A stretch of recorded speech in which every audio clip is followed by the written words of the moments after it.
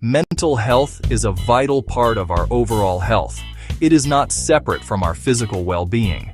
Good mental health is the foundation that allows us to live full and meaningful lives. It affects how we think, how we feel, and how we act each day.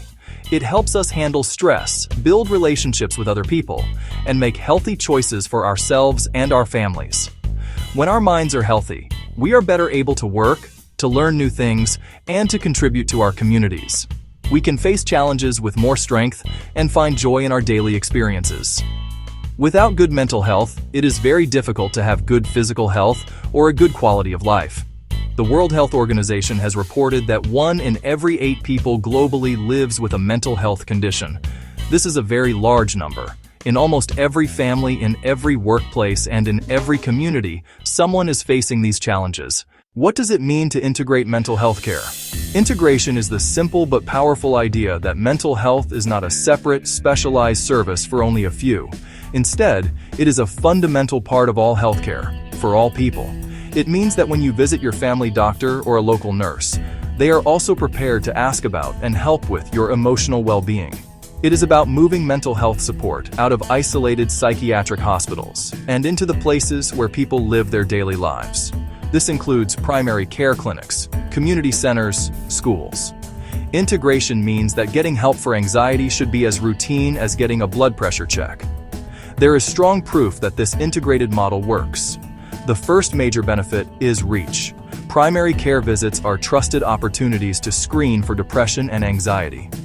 People often feel more comfortable with a familiar doctor or nurse, increasing access, especially in rural and underserved areas. A second proof point is effectiveness. Brief counseling and medication can lead to significant improvements without long waits or travel. This is why integrating mental health into our primary care systems is so urgent. When people need help for a fever or a broken bone, they know where to go. They can visit a local clinic or a family doctor. We need to make it just as easy and normal to get help for feeling sad, worried, or overwhelmed. Waiting for problems to become severe is not a good strategy. It leads to more suffering and higher costs for everyone. By making mental health care a standard part of regular health services, we can help people sooner, more effectively, and with more compassion.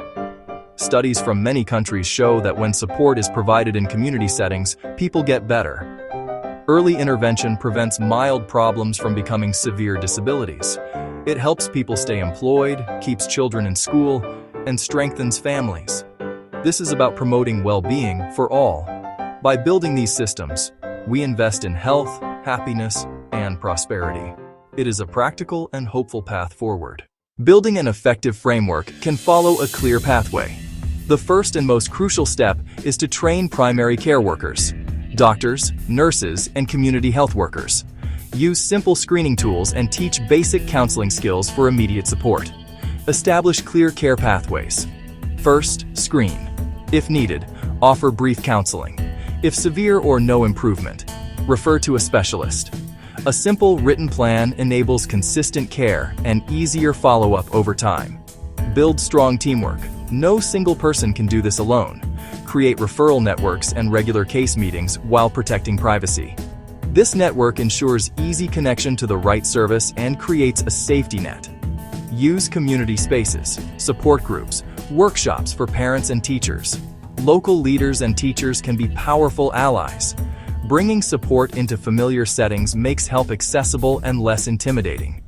Measure success with 2 indicators: the number screened each month and the number who receive help, brief counseling or referral. Track, learn, and improve over time. Section 5. Shining a light on the shadows. Stigma is one of the biggest barriers preventing people from seeking help. It is the fear of being judged. It is the fear of being misunderstood. It is the fear of being treated unfairly. Change the language we use. Instead of clinical or scary words, use everyday language. Someone is going through a tough time. They are feeling very worried. Share real stories of recovery.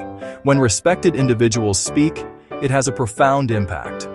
Local leaders and health workers speaking up show people they are not alone and that treatment works.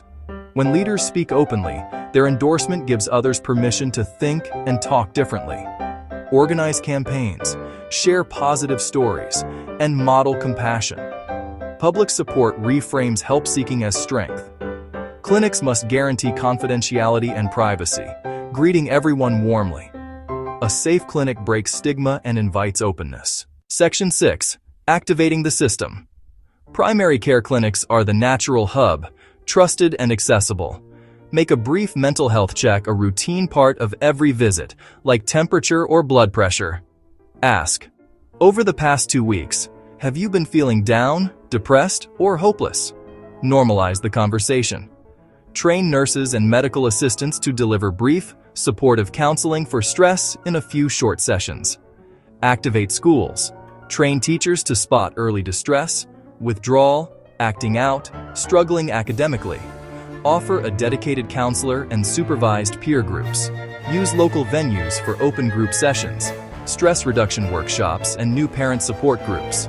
Leverage community health workers to connect at home, provide basic support, and link families to resources. Use simple tech, texts, calls, basic apps to extend care, not replace it. A human call often matters most. One of the biggest challenges is the worldwide shortage of specialists, psychiatrists, and psychologists. The solution?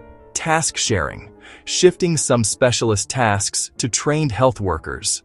Not turning everyone into specialists, but empowering more people to deliver care within their training. Community health workers are ideal, trusted, culturally attuned. Train them for screening and basic psychological interventions. Teach behavioral activation. Help people become more active and re-engage with life. Nurses and primary care doctors can manage common conditions, provide brief counseling, and prescribe simple medications when appropriate. Ongoing supervision is key. Specialists support teams via regular case reviews. A tiered system. CHWs screen and support. Primary care manages most. Specialists focus on complex cases, training, and supervision. A people power approach that is smart, efficient, and dignified. Right care, right time. Real-world examples show these principles in action. In parts of India, lay community health workers delivered simple, evidence-based talking therapy for depression, yielding remarkable improvements over usual care. In Zimbabwe, trained grandmothers provide problem-solving therapy on benches outside clinics, reducing depression and anxiety with culturally rooted support. In high-income settings, collaborative care uses a nurse or social worker care manager with psychiatric consultation, improving outcomes and satisfaction. Common themes: start small with pilots, use existing resources like CHWs and nurses, provide practical training, tailor to culture and language, show success with clear data, and highlight real improvements in well-being. With creativity, commitment, and a focus on community, we can build systems that provide mental health care for all. Section 9. A hopeful horizon. We now know how to deliver mental health care effectively and affordably. Not through more large, isolated hospitals, but by weaving mental health into communities and primary care. The evidence is clear. The tools are available. We have a blueprint. Care for the mind should be normal, accessible, and dignified. No one should suffer in silence. This is a collective responsibility, not only ministers or doctors. Start conversations with friends, families, and colleagues. Encourage local leaders to prioritize mental health. Support organizations training CHWs and delivering care on the ground. Challenges are real, but start with pilots that show quick wins. Empower local champions. Show it works, helps people, and is a smart investment. Build momentum through many small, determined steps. Embrace this hopeful horizon. Support integration in every primary care clinic and every community. Treat mental health as a fundamental human right. Work together, neighbors, professionals, leaders, and as a global community. The time to act is now. Let's get to work. Mental health is a vital part of our overall health. It is not separate from our physical well-being. Good mental health is the foundation that allows us to live full and meaningful lives. It affects how we think, how we feel, and how we act each day. It helps us handle stress, build relationships with other people, and make healthy choices for ourselves and our families. When our minds are healthy, we are better able to work, to learn new things, and to contribute to our communities. We can face challenges with more strength and find joy in our daily experiences. Without good mental health, it is very difficult to have good physical health or a good quality of life. The World Health Organization has reported that 1 in every 8 people globally lives with a mental health condition. This is a very large number. In almost every family, in every workplace, and in every community, someone is facing these challenges. What does it mean to integrate mental health care? Integration is the simple but powerful idea that mental health is not a separate, specialized service for only a few. Instead, it is a fundamental part of all healthcare, for all people. It means that when you visit your family doctor or a local nurse, they are also prepared to ask about and help with your emotional well-being. It is about moving mental health support out of isolated psychiatric hospitals and into the places where people live their daily lives. This includes primary care clinics, community centers, schools. Integration means that getting help for anxiety should be as routine as getting a blood pressure check. There is strong proof that this integrated model works. The first major benefit is reach. Primary care visits are trusted opportunities to screen for depression and anxiety. People often feel more comfortable with a familiar doctor or nurse, increasing access, especially in rural and underserved areas. A second proof point is effectiveness. Brief counseling and medication can lead to significant improvements without long waits or travel. This is why integrating mental health into our primary care systems is so urgent. When people need help for a fever or a broken bone, they know where to go. They can visit a local clinic or a family doctor. We need to make it just as easy and normal to get help for feeling sad, worried, or overwhelmed. Waiting for problems to become severe is not a good strategy. It leads to more suffering and higher costs for everyone. By making mental health care a standard part of regular health services, we can help people sooner, more effectively, and with more compassion. Studies from many countries show that when support is provided in community settings, people get better. Early intervention prevents mild problems from becoming severe disabilities. It helps people stay employed, keeps children in school, and strengthens families. This is about promoting well-being for all. By building these systems, we invest in health, happiness, and prosperity. It is a practical and hopeful path forward. Building an effective framework can follow a clear pathway. The first and most crucial step is to train primary care workers, doctors, nurses, and community health workers. Use simple screening tools and teach basic counseling skills for immediate support.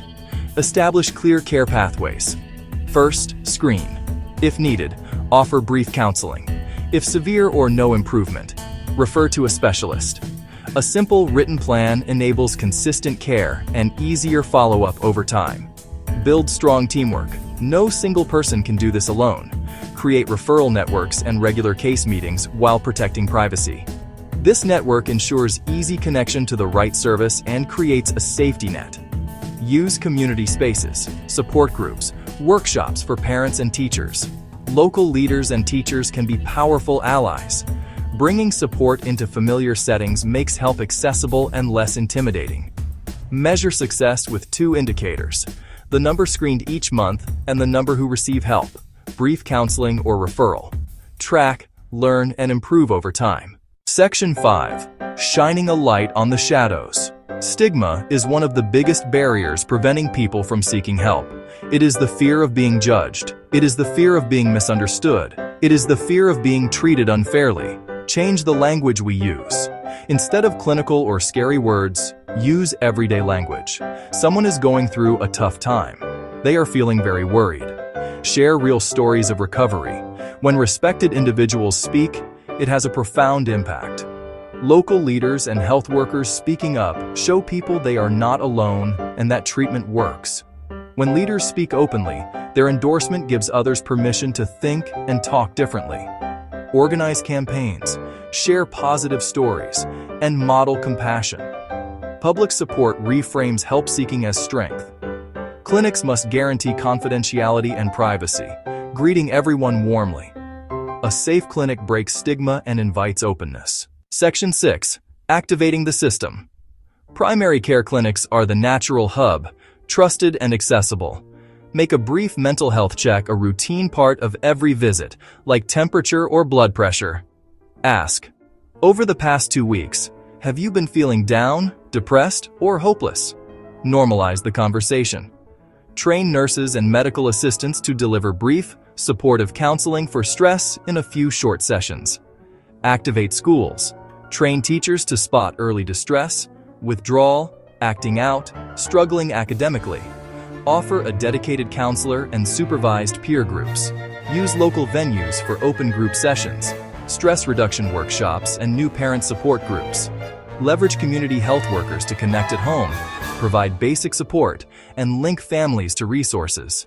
Use simple tech, texts, calls, basic apps to extend care, not replace it. A human call often matters most. One of the biggest challenges is the worldwide shortage of specialists, psychiatrists, and psychologists. The solution: task sharing, shifting some specialist tasks to trained health workers. Not turning everyone into specialists, but empowering more people to deliver care within their training. Community health workers are ideal, trusted, culturally attuned. Train them for screening and basic psychological interventions. Teach behavioral activation. Help people become more active and re-engage with life. Nurses and primary care doctors can manage common conditions, provide brief counseling, and prescribe simple medications when appropriate. Ongoing supervision is key. Specialists support teams via regular case reviews. A tiered system. CHWs screen and support. Primary care manages most. Specialists focus on complex cases, training, and supervision. A people power approach that is smart, efficient, and dignified. Right care, right time. Real-world examples show these principles in action. In parts of India, lay community health workers delivered simple, evidence-based talking therapy for depression, yielding remarkable improvements over usual care. In Zimbabwe, trained grandmothers provide problem-solving therapy on benches outside clinics, reducing depression and anxiety with culturally rooted support. In high-income settings, collaborative care uses a nurse or social worker care manager with psychiatric consultation, improving outcomes and satisfaction. Common themes: start small with pilots, use existing resources like CHWs and nurses, provide practical training, tailor to culture and language, show success with clear data, and highlight real improvements in well-being. With creativity, commitment, and a focus on community, we can build systems that provide mental health care for all. Section 9. A hopeful horizon. We now know how to deliver mental health care effectively and affordably. Not through more large, isolated hospitals, but by weaving mental health into communities and primary care. The evidence is clear. The tools are available. We have a blueprint. Care for the mind should be normal, accessible, and dignified. No one should suffer in silence. This is a collective responsibility, not only ministers or doctors. Start conversations with friends, families, and colleagues. Encourage local leaders to prioritize mental health. Support organizations training CHWs and delivering care on the ground. Challenges are real, but start with pilots that show quick wins. Empower local champions. Show it works, helps people, and is a smart investment. Build momentum through many small, determined steps. Embrace this hopeful horizon. Support integration in every primary care clinic and every community. Treat mental health as a fundamental human right. Work together, neighbors, professionals, leaders, and as a global community. The time to act is now. Let's get to work. Many people believe a powerful and persistent myth about healthcare, that it is a scarce commodity, and high-quality care must, by its very nature, be reserved for the wealthy.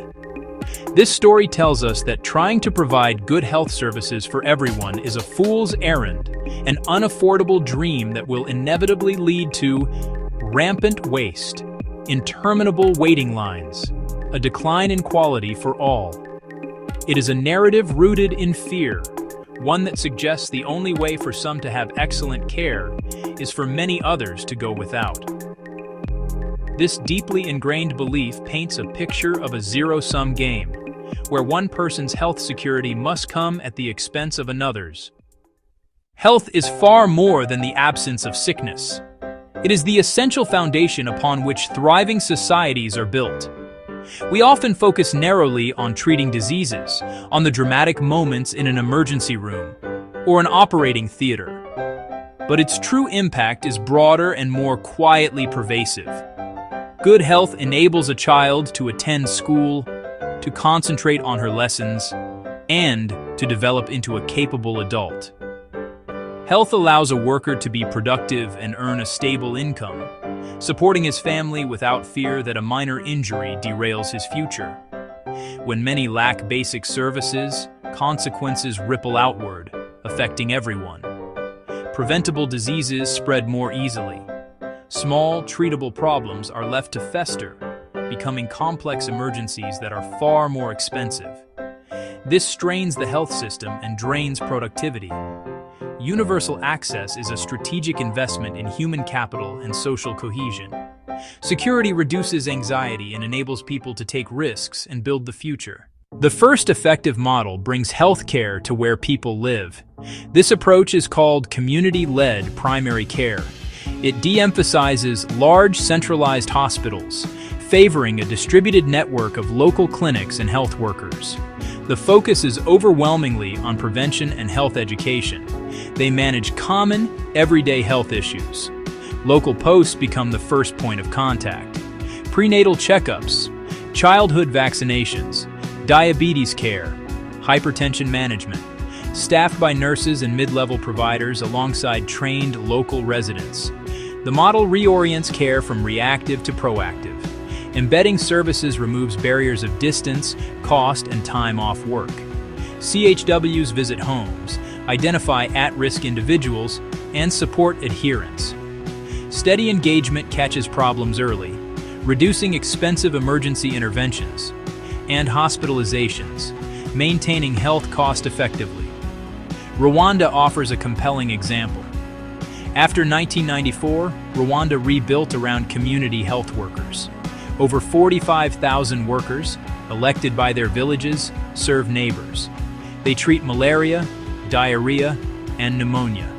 They screen for malnutrition and accompany pregnant women for skilled delivery. Child mortality fell by over 70% in less than 2 decades. A second powerful model is a single, government-managed public insurance plan. It is usually funded through taxes or mandatory Social Security contributions. This is often called a single-payer model. The government acts as the primary financier. It need not own hospitals or employ doctors. Care can be delivered by a mix of public and private providers. The government pays the bills, simplifying administration. Consolidated purchasing power negotiates prices for drugs, devices, and services. The core benefit is universal access and administrative simplicity. One large risk pool spreads costs across young and old, healthy and sick. No individual faces a crushing medical bill alone. One payer cuts overhead, providers escape insurer mazes. Thailand provides a real-world example. In 2002, it launched the Universal Coverage Scheme, funded primarily through general taxation. Comprehensive benefits with very low or no co-payments. Care is accessed with a national ID card. Households pushed into poverty by medical expenses dropped by nearly 2/3. The challenge, budgets versus demand for new, expensive technologies. Coverage choices are politically contentious. Too low reimbursement risks underfunded hospitals, longer waits, and talent flight, requiring careful management and strong political will. Model 3, mixed public-private systems with strong safety nets. It is a hybrid, a carefully regulated blend. The landscape is a mosaic of providers and insurers. Mandatory public insurance, often via payroll taxes split between employers and employees, covers the majority. Private insurance supplements for additional benefits or faster access. A strong safety net ensures no one falls through the cracks, Government sets rules, mandates essential benefits, and bans denial for pre-existing conditions. Subsidies help low-income people afford premiums. Public options serve the unemployed or those outside employment-based schemes. Germany is a classic archetype. Competing non-profit sickness funds required for workers. Privately managed, tightly regulated on benefits and pricing. The state ensures coverage beyond the workforce. High quality with relatively short waiting times. The challenge is avoiding a two-tier system. Regulators must enforce standards and sustain public sector staffing and safety nets. One persistent argument is that universal health care is too expensive. The cost myth paints bloated budgets and runaway spending, an unsustainable burden on taxpayers. But fragmented markets hide higher costs, administrative waste, price gouging, and productivity loss. Many universal systems spend less per person with better or comparable outcomes. Design, not destiny, drives value. Centralized purchasing lowers prices for drugs and equipment. Standardized procedures cut bureaucracy. Primary and preventive care avert costly ER visits and hospitalizations. Shift from paying for sickness to investing in health. Another myth claims universal coverage means declining quality. Evidence does not support that. Quality in public, private, or mixed systems depends on clear standards, adequate funding, rigorous training, and continuous improvement. Many top-performing innovative systems are universal. They keep quality with strong regulation and intelligent incentives. National standards and outcomes tracking drive better care. The best universal systems are dynamic, data-driven, and constantly improving. Successful systems share foundational pillars. First, unwavering commitment to primary care. Neglect the front lines, and the system plays catch-up. Robust primary care manages most needs efficiently and navigates referrals wisely. Second, clear, intelligent regulation. Set fair prices, enforce quality and safety, and mandate equitable access. Strong oversight levels the field and protects patients. Third, stable, equitable financing. Reliable public funding based on ability to pay enables resilience and planning. Finally, include the community voice. Care with people, not to people. Formal feedback, community governance, and local empowerment build trust. Ownership drives appropriate use and public health participation. Engagement makes systems responsive and effective. Beyond charts and debates, human stories measure system success. A newborn with fever, a 24-hour nurse hotline guides care and books a morning clinic visit. The child is seen in time. Stress and costs are contained. A worker's diagnosis is not a financial death sentence. Visits, medicines, and education are covered. He stays productive and present at home. An elder receives surgery by medical need, not wealth. Operation, stay, and rehab are covered. Mobility, dignity, and connection restored. These quiet triumphs happen daily where health for all is a lived commitment. Reform must center the well-being of people. We began by confronting the myth that quality care is an exclusive good. Evidence shows nations, by design, deliver fair, effective, affordable care to all. From Rwanda to Thailand to Germany, success is engineered, not ideological. Common sense principles: prevent first, regulate smartly, finance fairly, and listen to communities. These are pragmatic choices, tested and proven. The greatest obstacle is not knowledge, but will. A person's health must not be set by bank balance. Health for every human is achievable. Let us find the wisdom and courage to build on what works. Dawn of time, we have shared a common ancestry, Adam and Eve. This shared bond is the foundation of our humanity, reminding us that beneath our differences we are one family. In a world that often seems divided, Peaceism emerges as a beacon of hope. We believe in the power of unity, in the strength of coming together to build a future where peace is not just a dream, but a reality. Our mission is simple yet profound: to foster understanding, compassion, and cooperation among all people. Through education, dialogue, and community initiatives, we strive to break down the barriers that separate us and to create a world where every individual feels valued and heard. Join us on this journey. Stand with Peaceism and be part of a movement that transcends borders and beliefs. Together, we can turn the page of history to a chapter filled with love, respect, and enduring peace. Because at the end of the day, we are all descendants of Adam and Eve. Let's honor that legacy by building a peaceful future for all. Every year, a staggering number of people are forced into extreme poverty. They are not pushed there by war or by famine, but by the simple act of trying to stay healthy. Almost 100 million people fall below the poverty line annually because they have to pay for health care. This is not just a statistic, it is a global crisis unfolding in quiet desperation across countless villages and cities. It represents a profound moral failure in our interconnected world. For these millions, a diagnosis is more than a health concern. It is a financial catastrophe waiting to happen. A trapdoor that can swallow entire families, leaving them with nothing. This devastating reality demonstrates the cruel intersection of health and wealth. When a family member gets sick, the costs of treatment can become an unbearable burden. In a small, sun-drenched village, far from any major city, a young mother named Amina woke to the sound of her child's labored breathing. The boy's fever had been rising for 2 days, and a deep, rattling cough had settled in his chest. Fear clutched at her heart. The local clinic, a small concrete building staffed by a single nurse, was a long walk away. She knew it would demand a fee for consultation and for any medicine she might need.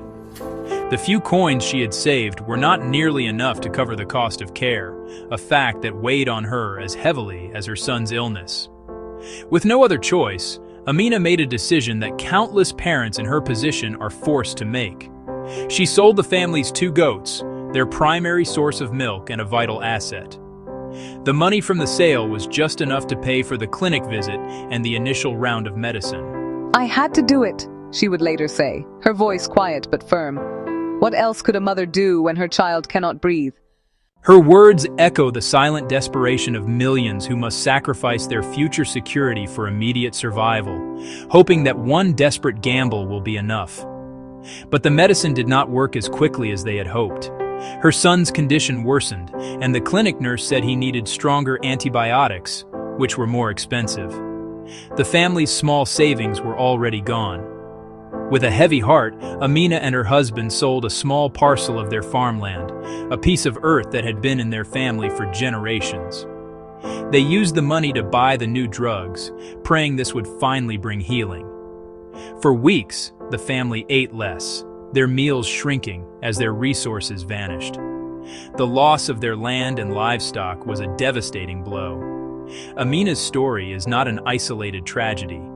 It is a common narrative repeated daily across the globe, from the rural plains of Africa to the mountain villages of Asia and the urban slums of Latin America.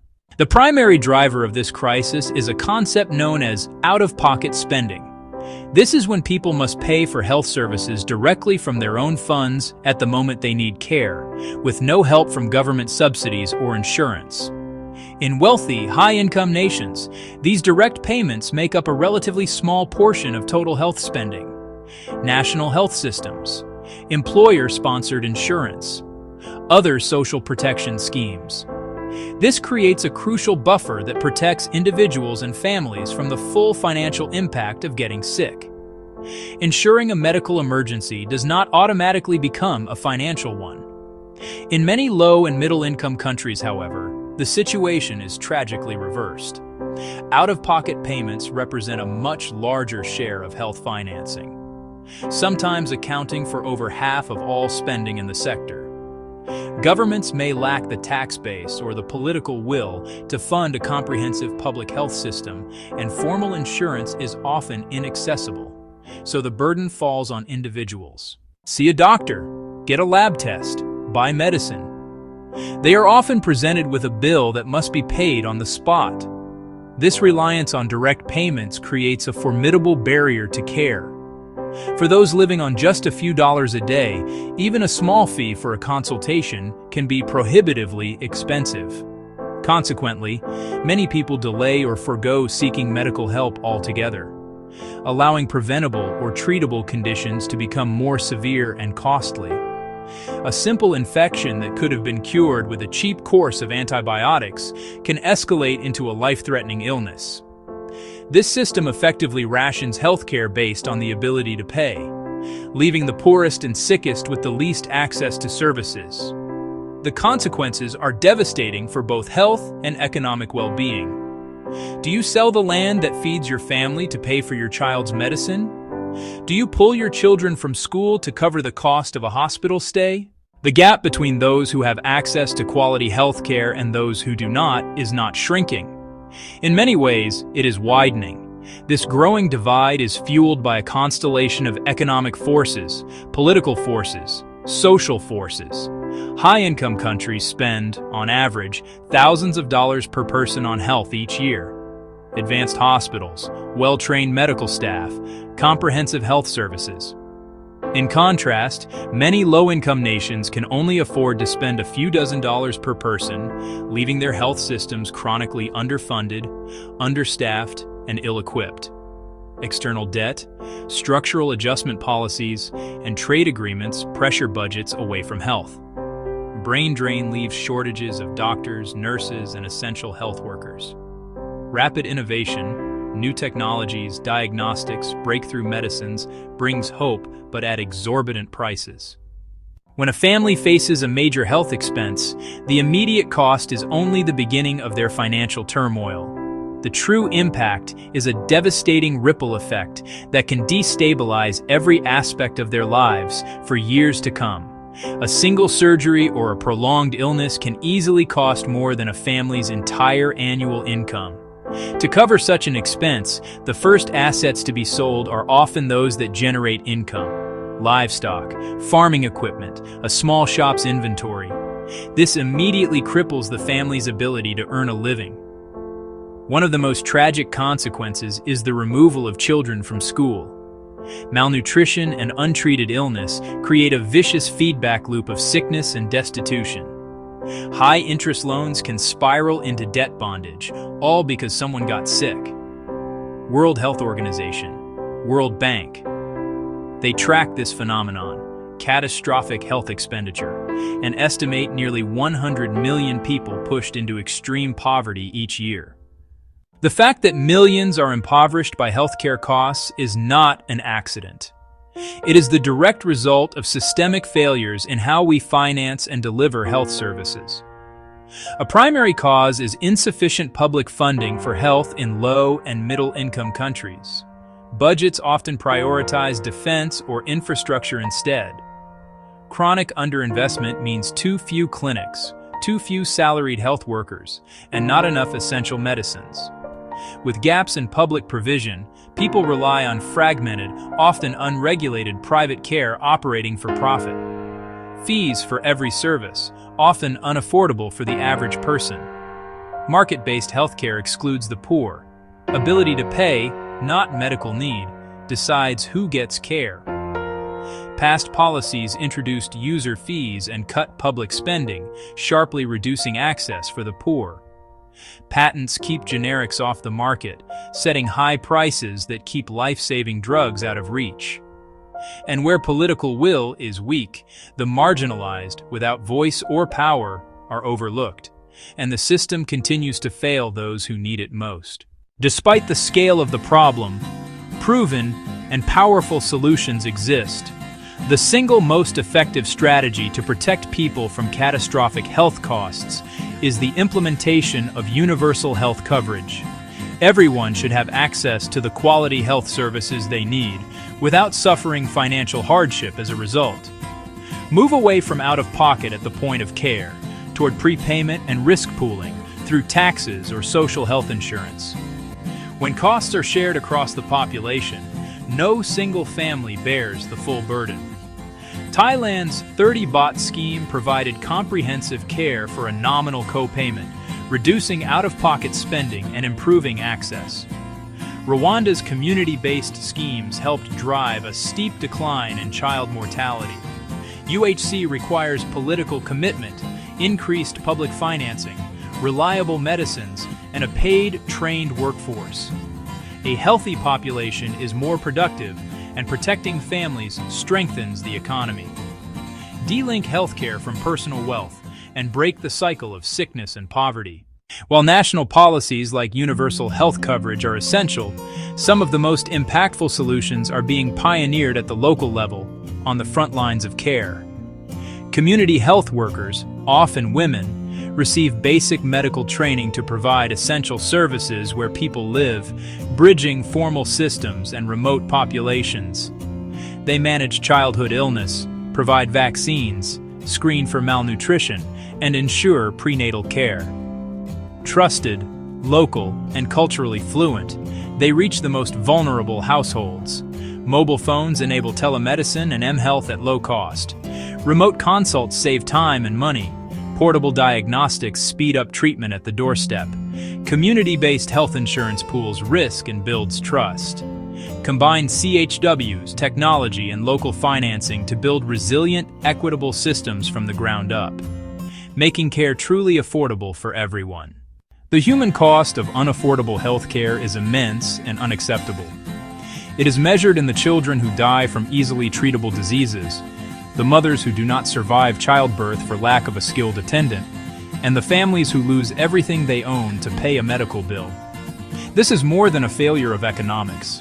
It is a failure of empathy and a betrayal of our shared humanity.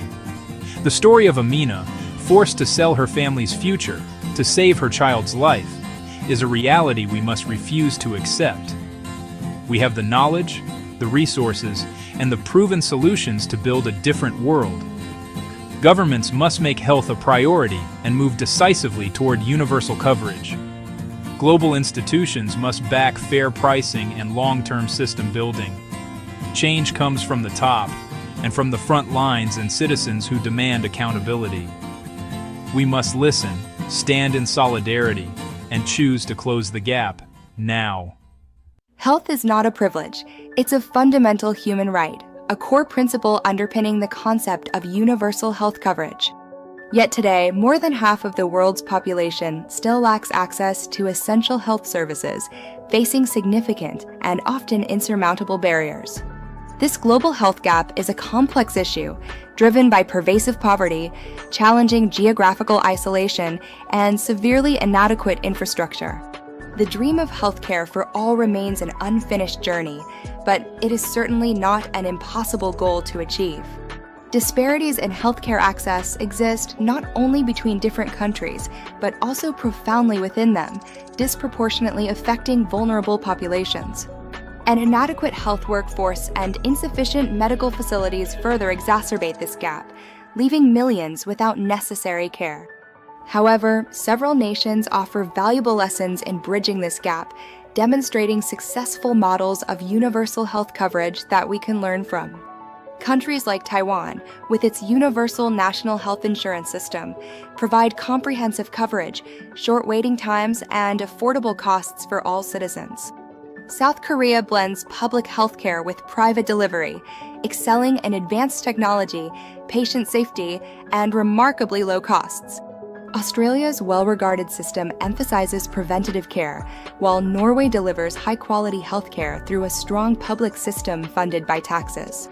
The United Kingdom's National Health Service, or NHS, is renowned worldwide for providing free healthcare to its residents and citizens at the point of use.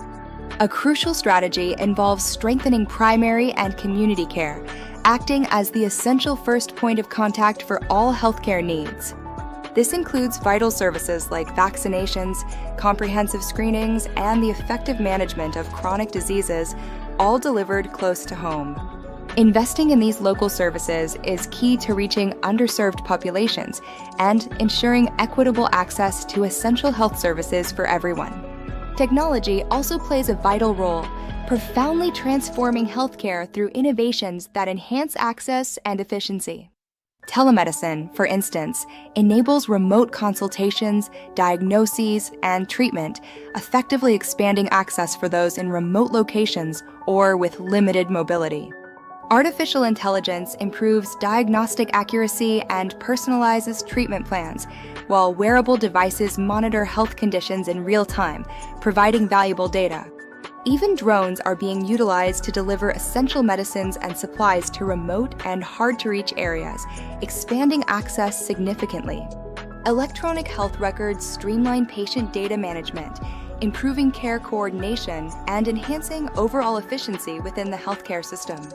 Global health initiatives are humanitarian efforts that raise and disperse funds for infectious diseases, immunizations, and strengthening health systems in developing countries.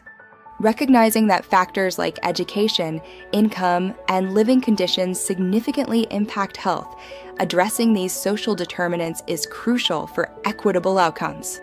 Achieving healthcare for all demands global solidarity and robust partnerships among governments, international organizations, NGOs, and the private sector.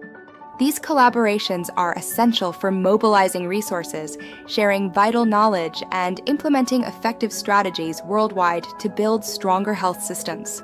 Healthcare for all is not merely a dream. It is our shared responsibility, a collective commitment to human well-being and dignity. By working together with unwavering dedication and innovative solutions, we can truly make the promise of universal healthcare a reality for everyone. This ensures that every individual, regardless of their circumstances, has the opportunity to live a healthy and fulfilling life.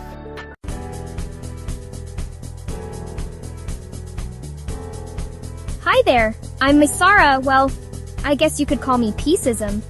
Yeah, peace works. Let me show you something important. See these people? They're all struggling with healthcare. It's tough out there. But what if I told you there's a way to change all this? Enter World Peace Development Holdings Limited. They've got this amazing idea called the Peaceism Ecosystem. It's all about bringing people together, you know? Healthcare for everyone. Watch this. See how everything's connecting?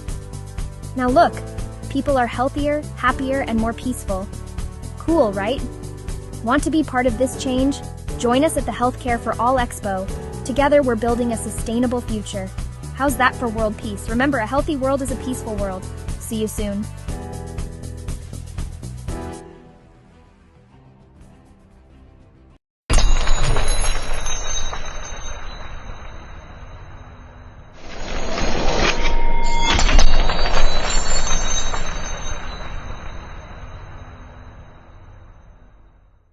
Every single day, we navigate a world filled with choices that quietly shape our future health. These decisions are often so routine they feel automatic, like unseen currents pulling us in one direction or another. We decide whether to grab a piece of fruit or a sugary pastry for breakfast. We choose between taking the stairs or the elevator. We opt to stay up late watching one more episode or to turn in for a full night of rest. Each small choice contributes to a larger pattern, a cumulative effect. It can build a strong foundation for well-being or slowly erode our body's natural defenses. These risks aren't abstract, they are woven into modern life. Persistent stress from a demanding job, convenience of highly processed foods, sedentary office work, quality of the air we breathe, each plays a part. High salt intake may not feel immediate, but over years it leads to rising blood pressure. Gradual weight gain might seem cosmetic at first, but it's a major risk for type 2 diabetes. Chronic diseases develop slowly. That's why prevention is vital. Unlike an infectious disease that strikes suddenly, heart disease, cancer, diabetes, they come from countless daily choices and exposures. Care about these risks now, long before symptoms appear. Waiting till you feel sick is like waiting for the fire alarm when you can already smell smoke. By then, it's harder to manage. The real power is recognizing the smoke before the fire. We all face these risks, but that creates an opportunity. When we talk about health, our minds often jump to doctors, hospitals, and medicine, the tools we use to fight sickness once it has arrived. This is reactive care, an essential but incomplete picture. Preventive care, on the other hand, is a fundamentally different approach. It is not about treating illness. It is about actively creating and maintaining health to stop illness from ever taking root. Think of it as building a strong shield rather than sharpening a sword. While the sword is necessary for battle, the shield can prevent the battle from ever needing to be fought.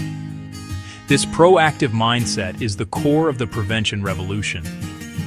Preventive care is a broad and comprehensive strategy that rests on three main pillars. Education empowers individuals with the knowledge they need to make healthier choices every day. Early detection involves using screenings and regular checkups to find potential problems at their earliest, most treatable stages. Together, these pillars form a powerful defense against the onset of many common and debilitating chronic diseases. The advantages of prioritizing prevention over treatment are immense and multifaceted. First and foremost, prevention keeps people healthy and improves their quality of life.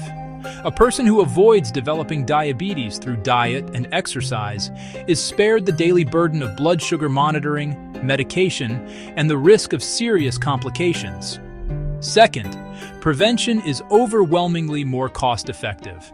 The financial toll of managing a chronic condition like advanced heart disease, surgeries, medications, and hospital stays can be astronomical for both individuals and the healthcare system.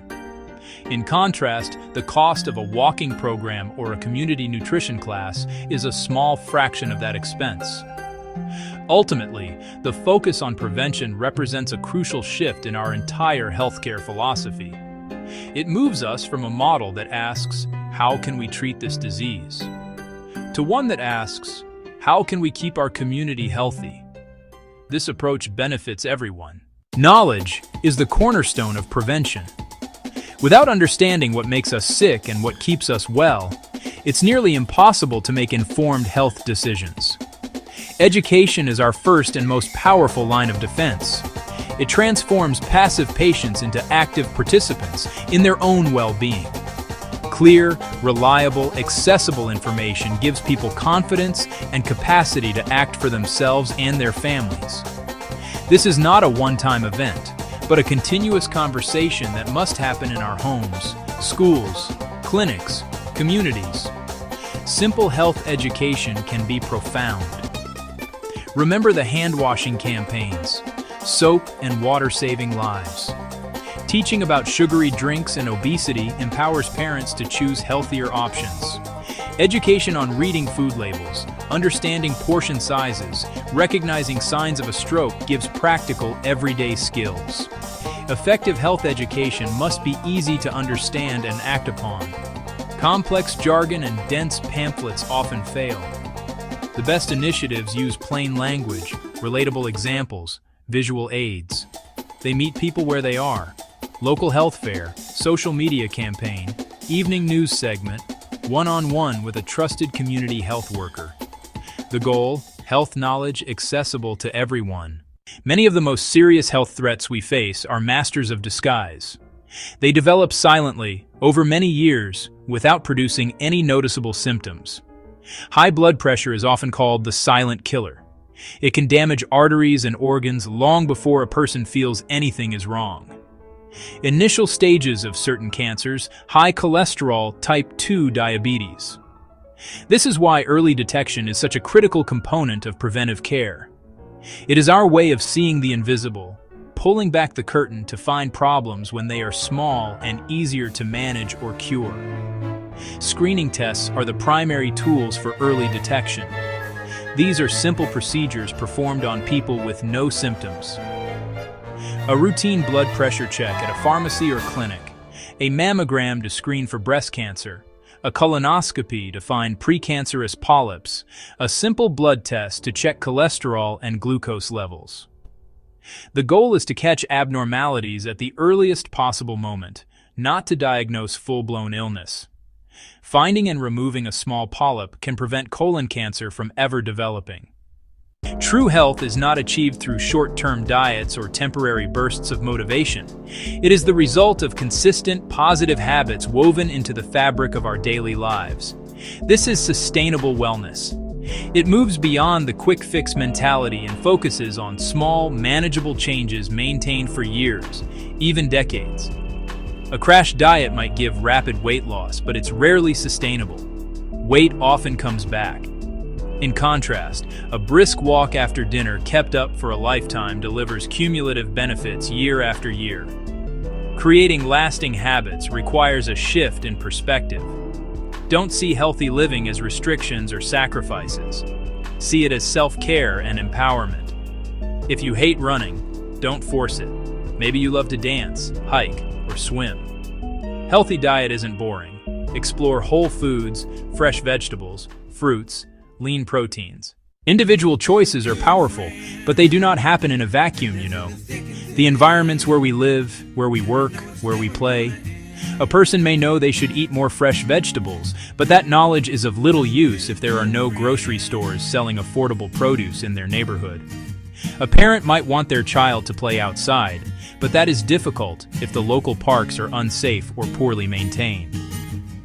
Creating health is a team sport. Communities can build systems that make healthy choices easy, natural, and accessible for everyone.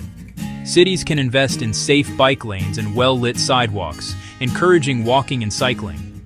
Schools can ensure meals are nutritious, setting children on a healthy path. Local clinics can partner with community centers to host free health education workshops, stress management, and healthy cooking, bringing vital information directly to the people who need it. Policy matters too.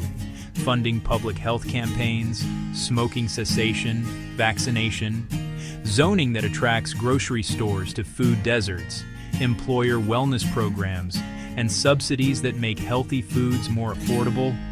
These create the infrastructure for healthier lives. The idea of preventing illness can feel overwhelming, but the path to a healthier life is paved with small, manageable steps. You do not need to overhaul your entire life overnight, right? By focusing on simple, consistent actions, you can significantly lower your risk for many common chronic diseases. Let us break down some everyday risks and the practical steps you can take to mitigate them. High blood pressure is a major risk for millions. Start by reducing salt in your diet. Eat fewer processed foods, put away the salt shaker. Add more movement to your day. You don't need to run a marathon. A brisk 30-minute walk most days makes a real difference. Or split it into 3 10-minute walks. Get your blood pressure checked regularly at a doctor's office, a local clinic, or a pharmacy. If it's high, work with a healthcare provider, sometimes with simple medication. Type 2 diabetes. Cut back on sugary drinks, white bread, packaged snacks. Choose vegetables, fruits, whole grains. Increase activity to help insulin work better. Ask about regular blood tests, especially with family risk. Catching prediabetes early lets you reverse the course. Protect your lungs. Don't smoke, avoid secondhand smoke. If you smoke, seek help to quit. In poor air quality, watch air quality alerts. Wear a mask when pollution is high. Eating less salt, walking more, quitting smoking. Concrete, achievable steps. These are the building blocks of a strong preventive health strategy that puts you in the driver's seat. Conscious, informed choices steer us toward a healthier destination. Not fear or deprivation, empowerment. Agency to protect ourselves and loved ones, one small step at a time. The journey to health starts at the dinner table, on the sidewalk, in our daily routines. The true power of prevention is best seen not in statistics, but in the real-life stories of communities that have embraced it. Imagine a small rural town where rates of obesity and high blood pressure were on the rise. In response, a group of local leaders and concerned citizens decided to act. They started a simple community walking program with a designated meeting spot every morning. The town invested in repairing sidewalks, adding benches, and installing better lighting to make evening walks safer. Slowly, the culture shifted. What started with a dozen walkers grew to over 100. Neighbors connected, shared recipes, and organized hikes. A year later, screenings found decreases in average blood pressure and BMI among regular participants. This town did not wait for a crisis. It built a system of health from the ground up. In a low-income urban neighborhood, many residents were missing recommended cancer screenings. The clinic brought screenings to the community, partnering with churches and community centers for wellness weekends. They offered free BP checks, diabetes screenings, and information to schedule mammograms and colonoscopies. Trusted community health workers met people where they were, answering questions and easing fears. The response was incredible. Hundreds who had not seen a doctor in years came to get checked. Several cases of early-stage cancer and prediabetes were discovered, allowing prompt treatment and prevention of more serious illness. This initiative succeeded because it removed barriers. It made the screenings free, convenient, and delivered by trusted messengers in familiar settings. It demonstrates a core principle of effective prevention: meeting people where they are, with the resources and support they truly need, creating a ripple effect of positive change throughout the entire community. The evidence is clear, and the message is hopeful. We have the power to shape a healthier future. The prevention revolution is not a distant, complicated dream. It is a practical and achievable goal built on the foundation of small, collective actions. It is about shifting our focus from simply treating disease to actively promoting a culture of wellness in our homes, our workplaces, and our communities. This journey begins not with a grand gesture, but with a single, simple step. The responsibility and the opportunity belong to each and every one of us, and the time to act is now. Start with your own life. Today, make one small change. Choose the stairs. Add a serving of vegetables. Go to bed 30 minutes earlier. Next, schedule that routine health checkup you have been putting off. Ask about key screenings for your age and risk profile, blood pressure, cholesterol, and relevant cancer screenings. Knowledge is power. Build support around you. Cook together, start a walking group, and advocate for healthier neighborhoods. We can choose a better, wiser path, the path of prevention. For far too long, we have operated under a flawed assumption. We have treated the mind and the body as two separate, unrelated entities. We visit one doctor for a persistent cough, and another, if we dare, for a persistent feeling of sadness. This division is not rooted in human biology, but in the history of our health systems. It is an artificial divide that has created profound barriers to receiving good, compassionate care. It forces people to navigate a fragmented system, often at a time when they feel most vulnerable. This separation is inefficient, and it is failing millions of people around the world every single day. The truth is that our health is a single, interconnected state of being. You cannot be truly physically well if you are not mentally well, and vice versa. It means bringing mental health care into the spaces where people already go for their physical health needs, like primary care clinics, community health centers. It means treating the whole person, not just a collection of symptoms. This approach makes care more accessible, more effective, and deeply respectful of the human experience. It is the future of medicine. Imagine a world where discussing your mood with your family doctor is as normal as checking your blood pressure. This is the promise of integrated care. When mental health support is woven into the fabric of routine health care, it becomes just another part of staying healthy. This normalization is crucial because it helps people get help sooner, before a small problem becomes a crisis. It acknowledges the undeniable reality that our emotional well-being is fundamental to our overall health. Therefore, our mission must be to dismantle this artificial wall between mind and body. The cost of inaction is too high, measured in prolonged suffering, worsened chronic diseases, and lives diminished by preventable distress. By embracing a model of integrated care, we are not just redesigning health services. We are promoting a more humane and effective way of caring for one another. This shift is not a distant dream, but a practical and achievable goal. It begins with the understanding that mental health is not a luxury, but a fundamental component of all healthcare, for all people, everywhere. Our bodies and minds are in constant conversation. This is not a philosophical concept. It is a biological reality. Think about a time you felt intense stress or anxiety. You might have experienced a racing heart, a knot in your stomach, a tension headache. These are not imaginary symptoms. They are physical manifestations of your emotional state. The brain, through a complex network of hormones and nerve signals, directly influences the functioning of every organ in your body. When the mind is under prolonged distress, the body bears the burden, often in silent and destructive ways. Consider the impact of chronic stress. When we are consistently worried or overwhelmed, our bodies are flooded with hormones like cortisol. In the short term, this response helps us manage threats. But over weeks, months, and years, elevated cortisol can weaken the immune system, making us more susceptible to infections. It can raise blood pressure, increasing the risk of heart disease, stroke. It can disrupt our digestion, leading to issues like irritable bowel syndrome. This cascade of physical consequences shows that ignoring our mental health is a direct threat to our physical health. The connection flows in the other direction as well. Living with a chronic physical illness such as diabetes, arthritis, or cancer is an immense psychological challenge. The daily management of symptoms, the uncertainty about the future, and the physical pain can understandably lead to feelings of sadness, anxiety, or hopelessness. It is no surprise that people with long-term health conditions have a much higher rate of depression than the general population. When this depression goes untreated, it can make it harder to manage the physical illness, creating a vicious cycle of declining health. This intimate link means that we cannot effectively treat one without considering the other. A doctor trying to help a patient control their high blood pressure will have limited success if the patient's untreated anxiety is keeping their stress hormones elevated.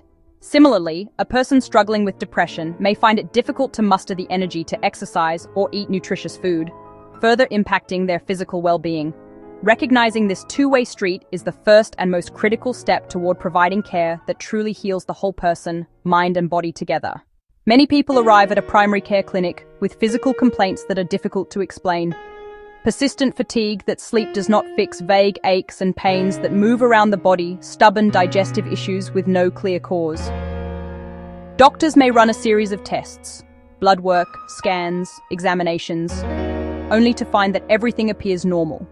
This can be frustrating for both the patient and the provider.